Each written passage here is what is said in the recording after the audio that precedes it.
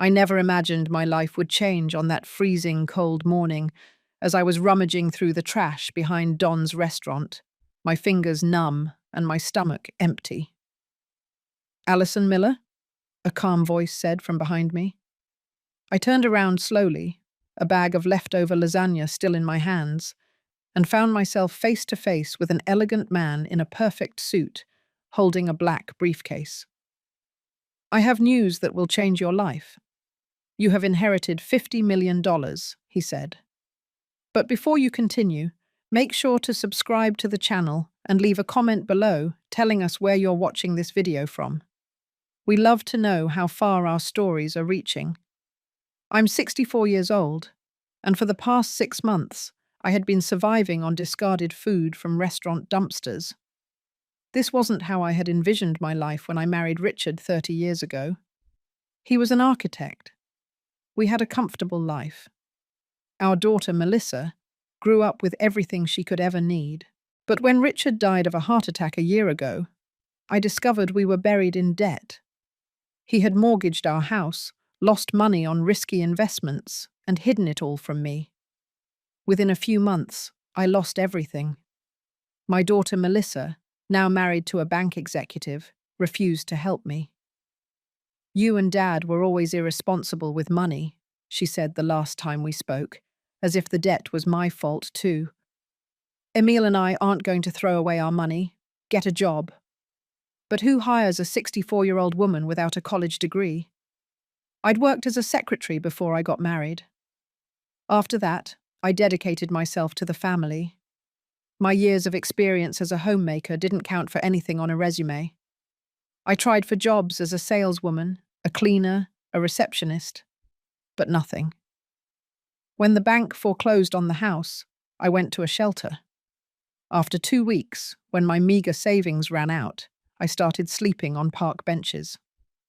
That's when I became invisible. People would walk right past me on the street as if I were a lamppost, just an obstacle to get around. I learned the unwritten rules of the street. Which dumpsters still had good food? Which parks were safe to sleep in? How could I wash up in public restrooms without attracting attention? That morning started like so many others. I woke up shivering from the cold under my cardboard boxes. I packed my few belongings into the worn backpack I carried everywhere and walked 3 blocks to Don's restaurant. He opened at 7 a.m. for breakfast, and at 9 a.m. he would throw away the previous day's bread. There was always something good there. I was just grabbing a still-sealed bag of buns when I heard footsteps behind me. The firm steps of expensive shoes. I turned, ready to be chased away or insulted, as had happened so many times before. But the man standing there in a dark grey suit and red tie just looked at me with a neutral expression. "Alison Miller?" My heart sped up. Nobody had called me by my name in months. On the street, I was just ma'am on a good day or homeless on a bad one. "Who's asking?" I said. "My name is James Stevens. I'm an attorney at Stevens and Associates."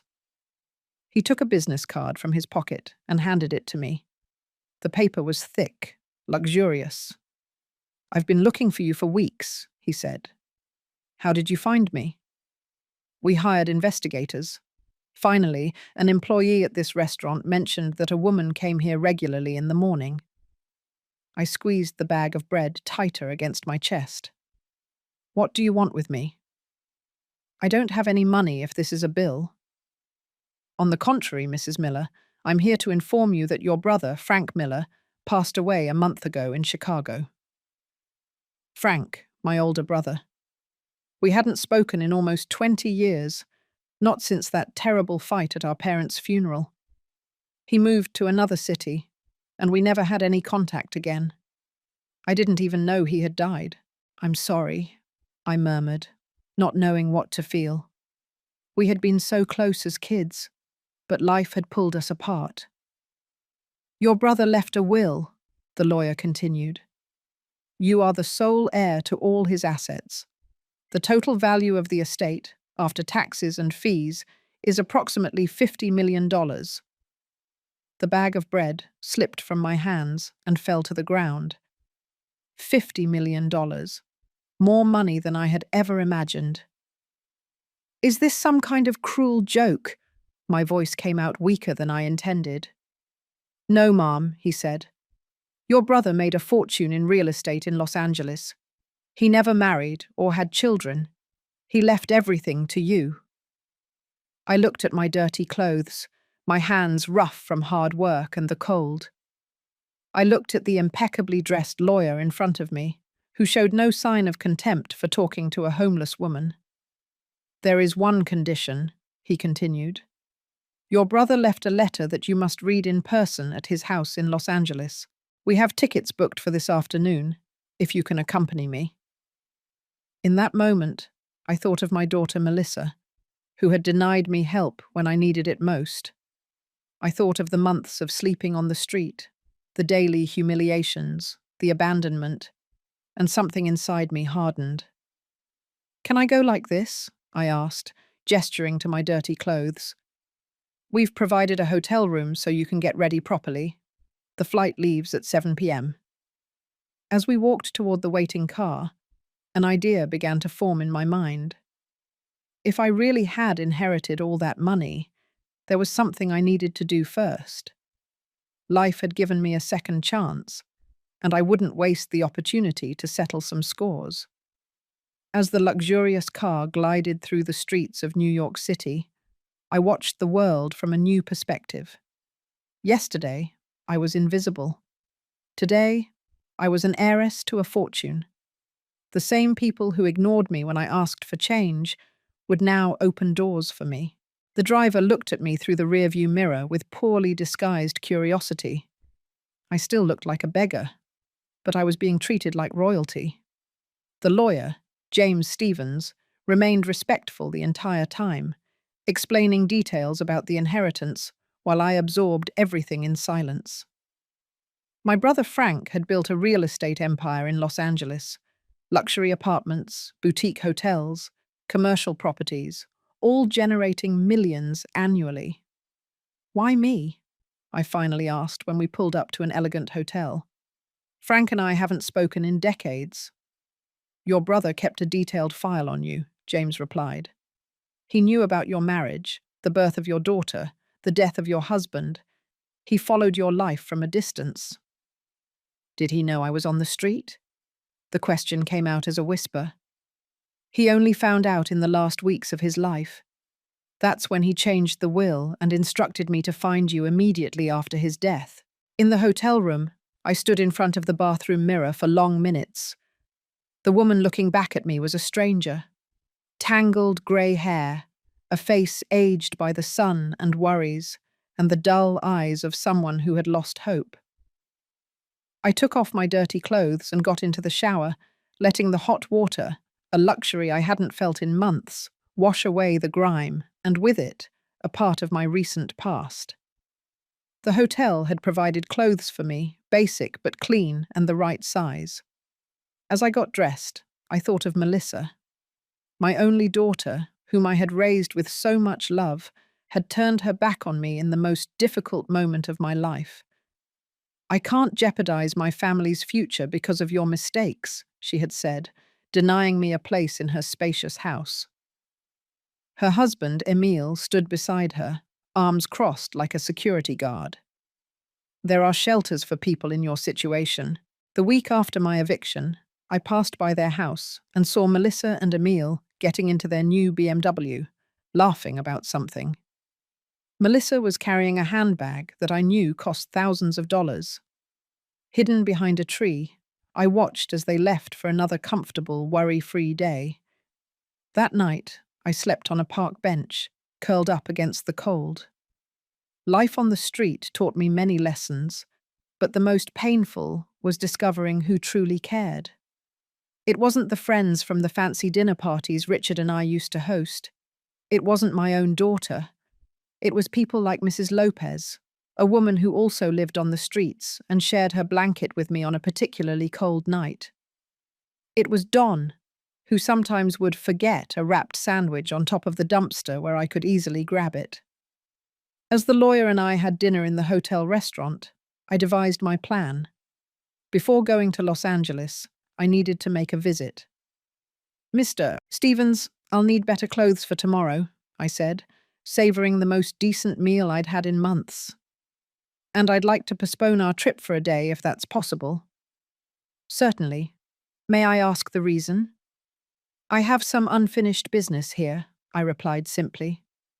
The next morning, in new clothes and with my hair styled by a hotel stylist, I looked like a different person.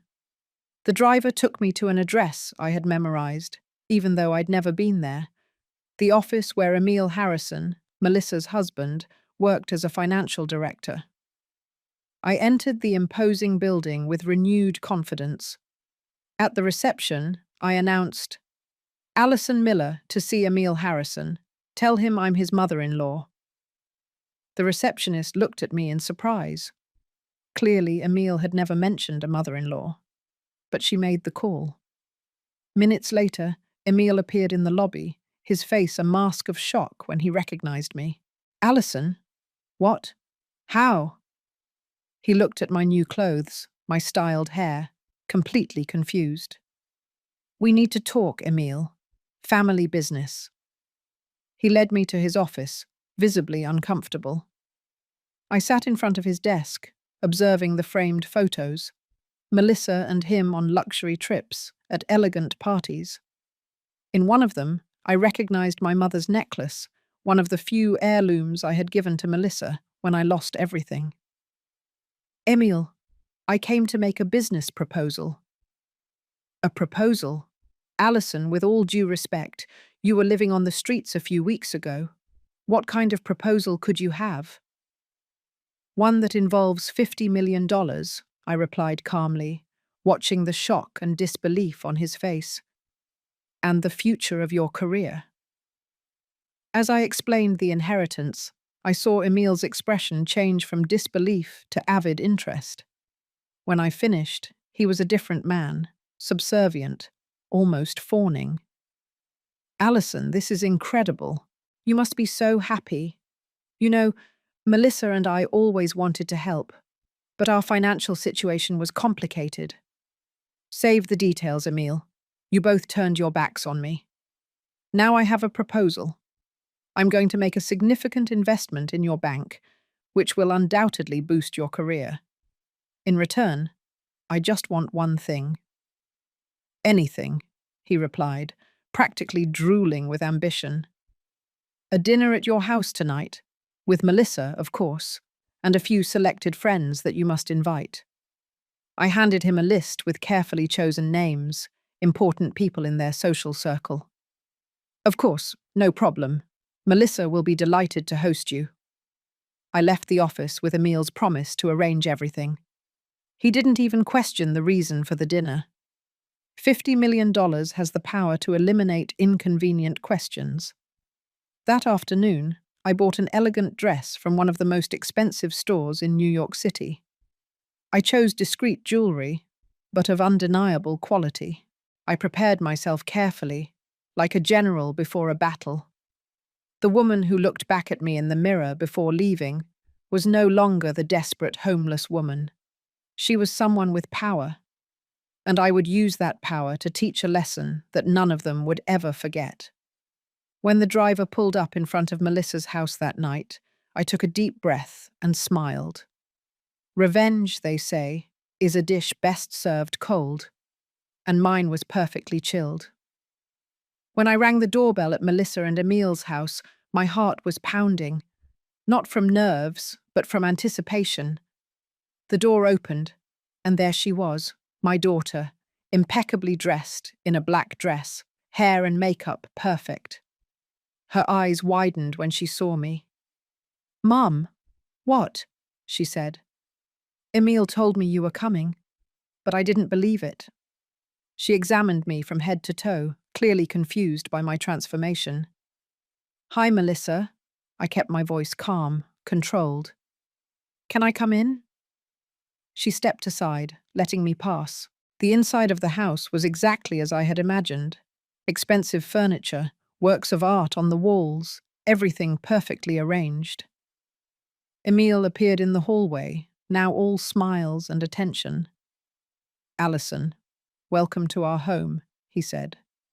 He leaned in to kiss me on the cheek, as if we were old friends. Melissa still looked at me with suspicion. Emile told me some absurd story about an inheritance. "Is it true?" she asked. "Perfectly true," I said. "My brother Frank passed away and left me everything, approximately $50 million.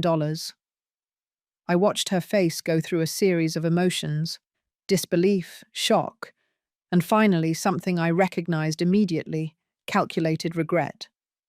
"Mom, that's wonderful!" Suddenly she was hugging me. "I'm so happy for you." I accepted the hug without returning it, smelling the expensive perfume she was wearing. This was the same perfume she wore the day she told me to find a shelter. The living room was already filled with guests: Emile's work colleagues, some wealthy neighbors, friends from the club. They were all looking at me with curiosity, trying to figure out who this elegant woman was who was causing such a stir. Emile soon made an announcement, introducing me as his dear mother-in-law, who had returned from a long stay abroad. The lie came easily to his lips. No one needed to know that just yesterday I was sleeping in a cardboard box. During dinner, sitting at the head of the table as the guest of honor, I observed the social dance around me. Suddenly I was fascinating. People who would have crossed the street to avoid a homeless woman now hung on my every word, laughing at my simplest jokes. Melissa was beaming, acting like a devoted daughter. "Mom has always been so independent," she was saying to the guests. "After Dad passed away, she decided to travel, to find herself." Every false word was a stab, but I smiled and sipped my wine, waiting for the right moment. It was during dessert that Emile, already intoxicated by the wine and the prospect of millions, made a toast. "To my wonderful mother-in-law Alison, who honors us with her presence and soon with a business partnership that will transform our lives." Everyone raised their glasses. That's when I stood up, glass in hand. "I'd also like to make a toast," I said, my voice clear and firm. "To the truth." A curious silence fell over the table. "The truth is a precious thing," I continued. "For example, the truth about where I've been for the past 6 months." Melissa shot me a warning look, but I continued. "After my husband passed away and I found out we were in debt, I lost our house. I came to my daughter, asking for just a temporary roof over my head until I could get back on my feet." Emile went pale. Melissa squeezed her napkin tightly. But Melissa and Emile told me I was a burden, that they couldn't compromise their lifestyle. They suggested I find a shelter. The guests were now looking uncomfortably between us. "I spent the last 6 months living on the streets, sleeping on park benches, and getting food from dumpsters. Just yesterday, I was rummaging through the trash at Don's restaurant when my brother's lawyer found me." The shock was palpable. A woman dropped her glass, and it shattered on the floor. "Mom, please," Melissa murmured, her face red with embarrassment. "This is not the place for this kind of conversation." "It's not," I said. "I thought family was exactly for difficult moments." I looked around the table. While I was sleeping in the cold, my daughter and son-in-law were celebrating promotions and buying new cars. While I was begging for spare change to eat, they were planning vacations in Europe. Emile stood up, trying to take control of the situation. "Alison is going through a difficult emotional time. The sudden inheritance—" "Shut up, Emile," I said firmly. "You only started treating me like a person when you found out about the money. Until yesterday, I was invisible to both of you." I pulled out some photos I had printed that afternoon. Pictures of myself, in rags, sleeping on a park bench. Me rummaging through dumpsters. I placed them on the table. "This is me 3 days ago. This is the truth you tried to hide. The silence was absolute now. Melissa started to cry, more from shame than from regret. I knew it. I came here tonight to say goodbye, I concluded. I'm leaving for Los Angeles tomorrow to receive my inheritance and start a new life. A life without people who only value what I have, not who I am. I took my purse and walked toward the door, feeling all eyes on me. Before leaving, I turned one last time. Emile, there will be no investment in your bank. And Melissa, that necklace you're wearing, the one that was your grandmother's, is the last thing you'll ever get from me. When I stepped out into the cool night, I felt a weight being lifted from my shoulders. The driver opened the car door, and before getting in, I looked back at the lit-up house, imagining the chaos I had left behind. Revenge wasn't as sweet as I imagined. It was better. Because it wasn't just about humiliating them. It was about reclaiming my dignity, my truth. And that, I discovered, was worth more than $50 million. The flight to Los Angeles that night took me to another world. Sitting in first class, being served by attentive flight attendants, I reflected on how life can change so drastically in such a short time. 2 days ago, I was sleeping on cardboard. Now, I was crossing the country toward a new life. James Stevens sat next to me, going through documents for part of the flight. Eventually, he put his papers away and turned to me. "You haven't slept much," he observed. "I have a lot to think about," I replied, looking out the window at the endless blue below. "And a lot of questions about my brother." "Your brother was a reserved man, but extremely shrewd in business," James said. "He started with a small investment in a dilapidated building in Los Angeles. He renovated it and turned it into luxury apartments. Then he started buying more properties, always with a long-term vision." "Why did he never reach out?" I asked. James hesitated. "I believe that will become clear when you read the letter he left. He had his reasons." The old fight that had separated us seemed so distant now, almost insignificant. We were young and stubborn, both convinced we were right about the division of our parents' modest inheritance. I chose the few items of sentimental value: my mother's necklace, my father's collection of books. Frank kept the money, which wasn't much. At the time, I accused him of being greedy, and he accused me of being naive. Apparently, he had a business vision I never imagined. In Los Angeles, we were met by a driver who took us directly to Frank's house, or rather, his mansion. Perched on a hill overlooking the city, the property was impressive. Modern architecture blended with traditional California elements, meticulously manicured gardens, an infinity pool that seemed to merge with the horizon. "Did your brother live here alone?" I asked, impressed by the size of the place. "With a few staff members," James replied. "The housekeeper, Mrs. Harrison, took care of everything. She's still here, by the way, keeping the house in order until you decide what to do."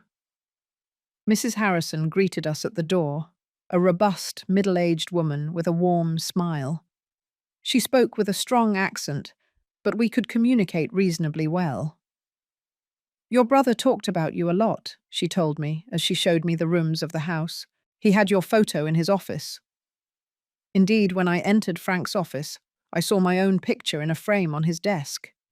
An old photo, from before our disagreement. Next to it was a photo of our parents. It was as if he had kept the family together, at least in photographs. "This is the envelope your brother left for you," James said, handing me a large, sealed envelope. "He asked that it be opened here, in his house." I took the envelope with trembling hands and asked for a moment alone. When everyone left, I sat down in the chair that had once belonged to my brother and broke the seal. Inside were several documents, the official will, property certificates, bank statements, and a handwritten letter. I unfolded it and immediately recognized Frank's handwriting. My dearest Alison, if you are reading this, it means I am no longer here, and James has succeeded in finding you. I hope it wasn't difficult. My greatest fear was that you had disappeared completely. First, I apologize for the years of silence. Our disagreement was foolish, like most sibling fights.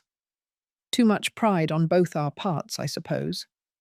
When I finally got over my stubbornness and decided to look for you, you had already married and started a new life. I didn't want to interfere. Still, I kept myself informed. I discreetly hired people to bring me news of you, how you were doing, if you were happy. I knew about the birth of your daughter, Melissa. I wanted to meet her, my niece, but I didn't know how to reappear after so much time. When I learned of Richard's death, and worse, the situation you were left in, I was already very sick. The cancer was advancing quickly. I tried to act as fast as possible, changing my will, instructing James to find you immediately after my death. Alison, I know money doesn't make up for lost years, but I hope it can give you the comfort and security you deserve. I built all this alone, with no family, no children. I always wondered, who will I leave all this to? The answer was always you, my only sister. One last thing. There is a safe behind the painting on the wall to your left. The combination is our birth dates, yours first, then mine. Inside is something that has belonged to you for a long time. With love, always. Frank.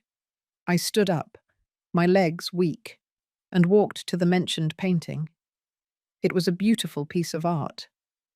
I carefully removed it, revealing a small safe. I typed in the combination with trembling fingers, and the door swung open. Inside, there was a small carved wooden box that I recognized immediately. It was my father's, where he kept special items. When I opened it, I couldn't hold back the tears. There was our mother's necklace, identical to the one I had given to Melissa, which she now wore to parties like a trophy. Frank had bought another one, exactly the same, probably at immense cost. Next to the necklace, a short note. To replace the one you gave your daughter. Some family traditions must continue. I sat down again, holding the necklace against my chest, feeling the weight of my family's history, of the love that had persisted despite the distance and silence. Suddenly, the revenge from the night before seemed small, almost insignificant. In that moment, I understood that I had received much more than a fortune. I had received a second chance, not just to live comfortably, but to live with purpose. Frank had watched me for years from afar, unable to help directly. Now I had the opportunity to do what he couldn't, use this wealth to make a difference. When James returned to the office, he found me with red eyes but a serene smile. "Mr. Stevens, I need your help to make some changes to my new financial status," I said, wiping away the tears. "I want to create a foundation." "A foundation, Mrs. Miller?" "Yes, to help homeless people. People like I was just 3 days ago. I want to call it the Frank Miller Foundation." James smiled and nodded. "It would be an honor to help you with that." That night, I had dinner on the terrace overlooking Los Angeles, surrounded by the wealth my brother had created. But my thoughts were with the people I had left behind, not Melissa or Emile, but Mrs. Lopez, Don, all those who had shown kindness when I had nothing to offer in return. My life had completely changed in 72 hours, from a beggar to a millionaire. But the real transformation wasn't external, it was internal. I now had not only the means, but also the motivation to make a difference. Frank's letter, our mother's necklace, our family's legacy, everything pointed to a new path. A path not of revenge, but of redemption. Not of accumulation, but of generosity. Looking at the lights of Los Angeles, I made a silent promise to my brother. His legacy would live on not only in buildings and bank accounts, but in transformed lives. Starting with mine. The first few months in Los Angeles were a whirlwind of adjustment. There was so much to learn about the empire Frank had built. Properties scattered throughout the city, lease contracts, investments in various sectors. James Stevens was invaluable, patiently guiding me through meetings with managers, lawyers, and accountants. Your brother was extremely organized, James explained during one of those meetings. Each property has its own management team. Each investment is carefully monitored. Little by little, I began to understand Frank's legacy. It wasn't just a fortune, it was a testament to hard work, long-term vision, and integrity. Everyone who worked for him spoke of him with respect. Many mentioned how much he cared about his employees, how he paid fair wages and took an interest in their families. Your brother wasn't just a businessman, Mrs. Harrison told me one day as she served me tea in the garden. He was a good man. When my husband got sick, he paid for all the treatments. He never asked for anything in return. These stories shaped my vision for how to manage my new fortune.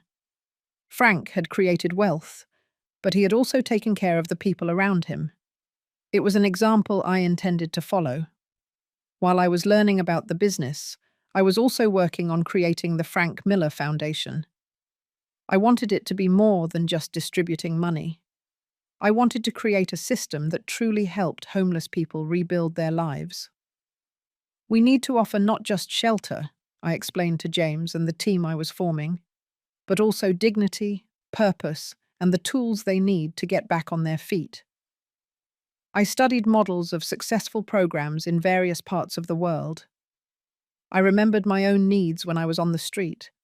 It wasn't just food or a roof, it was also respect, opportunities, and someone who genuinely cared. 3 months after I arrived in Los Angeles, I received an email from Emil. The message was long, full of rehearsed apologies and transparent attempts at reconciliation. Between the lines, his true motive was clear. After my revelation at the dinner, several influential guests had distanced themselves from him and Melissa. His reputation was stained. In addition, he had been passed over for a promotion at the bank. "We are family," he wrote. "We should overcome our differences. Melissa misses you so much." I deleted the email without responding. 2 weeks later, it was Melissa's turn. Her message had a different tone. There was something that seemed like genuine regret, although it was mixed with self-defense. "Mum, I know I disappointed you deeply. At the time, I truly believed I was doing the right thing for my family. Emil had just made a big investment in the house, and our finances were tight.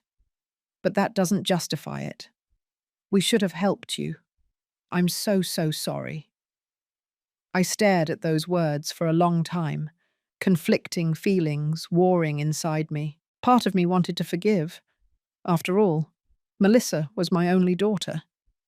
Another part of me remembered those cold nights on the streets, the daily humiliations, and how she had turned her back on me when I needed her most. I didn't reply immediately. Instead, I continued my work with the foundation. We started with a pilot project in Los Angeles, a center that offered not only meals and temporary shelter, but also medical assistance, psychological counseling, professional training, and help finding permanent housing. 6 months after my arrival, we inaugurated the first Frank Miller Center for New Beginnings. I invited local authorities, journalists, and of course, several homeless people. The mix of guests caused some discomfort among the wealthier ones, but that was exactly the point. To show that everyone deserved the same respect, regardless of their financial situation. During my inaugural speech, I shared my own story. Less than a year ago, I was in the same situation as many of our friends here today, I said, gesturing to the homeless people who had been invited with full respect. I slept on park benches, got food from the trash, and was invisible to most people. It's a situation that can happen to anyone, often due to circumstances beyond our control. We need to stop judging and start helping. The response was bigger than I expected. The story of the homeless millionaire, as the press dubbed me, spread throughout the world. Journalists wanted interviews, and television producers offered contracts for documentaries. I rejected most, only accepting those that promised to focus on the cause, not on me. One day after an interview for an international network, I received an unexpected call. "Alison?" The voice was familiar, though I hadn't heard it in months. "It's Emile." "How did you get this number?" I asked, my voice cold. "Melissa is in the hospital," he said, ignoring my question. She tried to kill herself last night." The world seemed to stop. "What? How?" "Pills. I found her unconscious in the bathroom. The doctors pumped her stomach. She's stable, but she left a letter. For you." I took the first available flight back to New York City. During the long hours of travel, my mind spun between worry, guilt, and anger. Part of me wondered if this was another manipulation, an extreme way to get my attention. Another part feared it was true, that my own daughter had reached that point.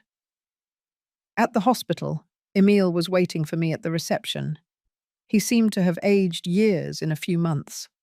His hair was grayer, he had deep bags under his eyes, and his shoulders were hunched by the weight of the situation. "She's awake," he said, "but still weak." Before I went into the room, he handed me an envelope. The letter she left. I put it in my pocket, deciding to read it later. I needed to see Melissa first. When I entered the hospital room, I barely recognized my daughter. Always so proud of her appearance, Melissa now looked diminished, fragile, her face pale against the white sheets. "Mom," she murmured when she saw me. "You came." I sat by the bed and took her hand, feeling the delicate bones beneath her skin. "Of course I came," I said. "After that dinner, after you left, everything fell apart," she said, her voice weak. "People stopped inviting us to events. Emile lost important clients. I lost friends I'd had for years. We deserve this, Mum, I know. What we did to you was unforgivable. But then I saw you on TV talking about that foundation, helping people you don't even know, while you turned your back on us." "How could I trust you again?" I asked, my voice soft but firm. "You abandoned me when I needed you most." "I know," she whispered, tears rolling down her face. "I became the kind of person I always despised. Superficial, selfish, worried only about appearances. I looked at my daughter, my only daughter, and saw not only the cold woman who had denied me help, but also the child I had once held in my arms, the teenager who laughed at my jokes, the young woman who cried on my shoulder when she had her first heartbreak. "When you get out of here," I finally said, "we need to talk, really talk, about everything." She nodded, a small glimmer of hope crossing her exhausted gaze. That night, back at the hotel, I finally read the letter she had left. It was different from the calculating emails I had received before. It was raw, honest, full of genuine regret and painful self-reflection. Melissa wrote about how she had looked in the mirror and not recognized the person she had become, about how the public humiliation had been just the beginning of a period of forced introspection, about how, in reality, she had always known she was wrong, but her pride and materialism had suffocated any compassion. "I don't expect your forgiveness," she concluded. "I just want you to know that I finally understood what you tried to teach me my whole life, that a person's character is worth more than all the possessions in the world." I folded the letter carefully and looked out the hotel window at the city that had once been my home. I remembered the words in Frank's letter. Some family traditions must continue. I thought about how he, even hurt, had never completely abandoned me, only watched from afar, waiting for the right moment to help. Maybe it was my turn to do the same. The next day, when I returned to the hospital, I brought a small box with me. "What is this?" Melissa asked, sitting up in bed, looking a little better. "Something that was returned to me," I replied, opening the box to reveal my mother's necklace. Not the one I had given to Melissa, but the one Frank had bought as a replacement. "It's yours now." She looked at the jewelry, confused. "But I already have one, the one you gave me." "This one is different. This one comes with a condition." "What is it?" she asked. "That you wear it not as a symbol of status, but as a reminder of the value of family, of compassion, of the second chance we all deserve." Tears returned to her eyes, but this time they were different, not of despair, but of understanding. In the days that followed, we had long conversations about the past, about the wounds we had inflicted on each other, and about the possibility of rebuilding something that had been so deeply broken. It wasn't easy. It wasn't fast. There were times when the resentment came back, when the pain of abandonment seemed too fresh to overcome. But little by little, day by day, we began to find a new path. A month later, when Melissa had fully recovered physically, I made a proposal that surprised us both. "Come work with me at the foundation," I said during a lunch. "Not in Los Angeles, but here. I want to open a branch in New York City." "Me? Working with homeless people?" She seemed genuinely surprised. Who better to understand the importance of a second chance than someone who just received one? She considered it for a moment, then nodded slowly. "I guess I owe it to you," she said. "You owe it to yourself, really. It's not about debt, Melissa. It's about purpose, about using our experiences, good and bad, to make a difference." As we walked through the park after lunch, I thought about how life takes unexpected turns. In less than a year, I had gone from a homeless person to a millionaire, from an abandoned mother to a mentor for my own daughter. Frank had given me more than money. He had given me the opportunity to transform not only my life, but the lives of many others. "Mum," Melissa said softly, interrupting my thoughts. "I'm sorry for everything." I looked at my daughter, not the cold woman who had turned her back on me, nor the child I had once held in my arms, but the complex person she was now, full of flaws and potential, like all of us. "I know," I replied, squeezing her hand. "Me too." And we continued walking, no longer prisoners of the past, but looking toward the future. A future that, thanks to a brother who never forgot, we now had the privilege of building together. The first Frank Miller Center for New Beginnings in New York City was inaugurated exactly 1 year after my transformation from a homeless person to a millionaire heiress. I chose the location strategically, an abandoned building a few blocks from where I used to sleep near Don's restaurant. The inauguration ceremony was simple but meaningful. Among the guests were local politicians, business people, journalists, and most importantly, the homeless people who would be the first beneficiaries. "This center is not just a place for meals or temporary shelter," I explained during my speech. "It's a space of dignity, of possibilities, of genuine new beginnings. We offer medical assistance, psychological counseling, professional training, help with documentation, and most importantly, a community of support." I looked at the audience and saw faces I had known during my days on the streets. Mrs. Lopez, now one of the first residents of our transitional shelter. Don, who had become a partner in the project, donating food from his restaurant. and so many others I had known only by their gaze, by a discreet greeting, by the silent solidarity that exists between those who share the same struggle. Melissa was by my side, overseeing every detail of the event. In recent months, she had dedicated herself to the project with an intensity that surprised me. She started in the most basic position, serving meals, organizing donations, listening to stories, and gradually took on more responsibility. I never imagined I would have such a deep connection with this work, she confessed to me one night after a long day. I always thought these people were different, somehow. Now I understand that the line separating our lives from theirs is much thinner than we imagine. That was the most valuable lesson my time on the streets had taught me, and now it was being passed on. After the official inauguration, when most of the illustrious guests had left, we stayed only with our true guests of honor, the people who would use the center. We served a special meal, not as charity, but as a shared celebration. It was during that meal that a man timidly approached my table. I recognized him immediately. George, a man who slept in the same park as me, who once shared his last piece of bread with me. "Mrs. Miller," he said, his voice trembling, "do you remember me?" "Of course I remember, George," I said. I stood up and hugged him without hesitation. "How could I forget?"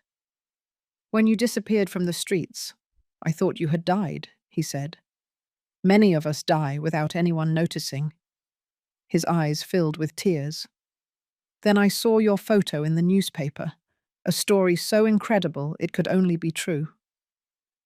I invited him to sit with us. He was a former college professor who had lost everything after a severe depression, followed by the death of his wife. Having been on the streets for 8 years, he had lost all hope for a different life. "I have a proposal for you," I said after listening to his story. "We need someone to coordinate our educational program here at the center, someone who understands both education and the reality of the streets." He looked at me in disbelief. "Me? But I haven't taught in years. I don't even have my papers anymore." "We can fix that," Melissa replied, who had overheard our conversation. "Documentation, proper clothing, temporary housing while you get back on your feet. The important thing is your experience and your knowledge." The expression on George's face, that mixture of disbelief, hope, and renewed dignity, was exactly what we had envisioned for the center. It wasn't just about giving people things, but about giving them back a sense of self-worth, the confidence that they still had something to contribute. In the weeks and months that followed, stories like George's multiplied. The center became not just a shelter, but a turning point in the lives of many people. It didn't work for everyone. Some weren't ready for the change. Others faced challenges that were too complex, but for many, it was the opportunity they had never received. 1 year after the inauguration of the New York Center, the Frank Miller Foundation had already helped more than 200 people find permanent housing and employment. The model was being replicated in other cities, adapted to local needs, but always maintaining the fundamental principle: treating homeless people with dignity and respect, offering not only immediate help, but also tools for a lasting transformation. As for Melissa, our relationship continued to rebuild, brick by brick. It wasn't perfect. There were moments of tension, painful memories, doubts about the sincerity of the change, but it was evolving. Emile, on the other hand, eventually left the picture. His marriage didn't withstand the pressures and transformations of the past months. "He never really understood why this became so important to me," Melissa explained when she told me about the separation. "For him, it was just a way to regain lost status, to clean up our image. For me, it became so much more." One quiet afternoon, while we were reviewing progress reports in the center's office, Melissa asked me a question she had been holding on to for a long time. "Mum, have you really forgiven me?" she asked. Or are you just tolerating me because of the work? I stopped what I was doing and looked at my daughter. She was no longer the spoiled girl who had once turned her back on me, but a woman who was genuinely trying to redeem herself, to learn, to grow. Forgiveness isn't something that happens all at once, I replied after a moment. It's a process. There are days when I remember the cold on the streets, the hunger, the loneliness. And yes, I feel angry that you didn't help me.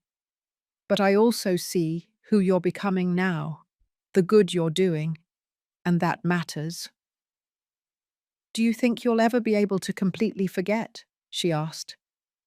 It's not about forgetting, Melissa. It's about not letting the past define our future. It's about using even the most painful experiences as tools to build something better. She smiled slightly, understanding.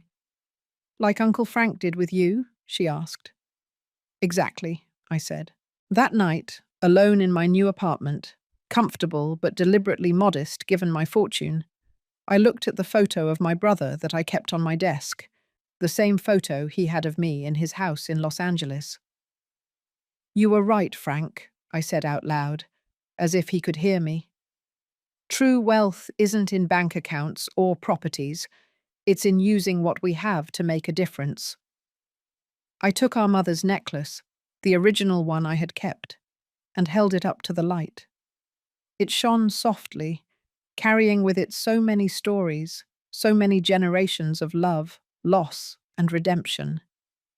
In less than 2 years, my life had come full circle, from the streets to a mansion, from loneliness to a purpose, from abandonment to a legacy. The journey wasn't over, of course. There was much more work to do, more lives to touch, more lessons to learn. But when I think about that freezing cold morning behind Don's restaurant, when an elegant lawyer appeared like an unlikely angel to announce my inheritance, I can't help but marvel at life's unpredictable paths. It wasn't just the money that changed everything. It was what I chose to do with it. It was the decision to transform a story of abandonment and revenge into a narrative of compassion and renewal. And that, I realized, was my brother's true inheritance. Not the millions in properties and investments, but the opportunity to make a difference, to continue a chain of kindness that had begun a long time ago and that hopefully would continue long after my time. As I put the necklace back in its box, I felt a peace I had never experienced.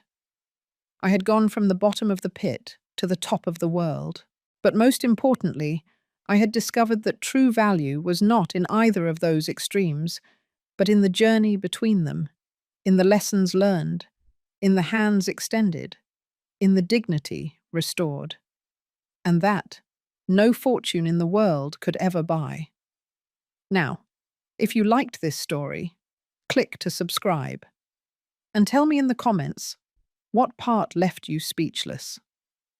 Oh, and don't forget to become a member for access to exclusive videos that I don't publish here. I'll see you there.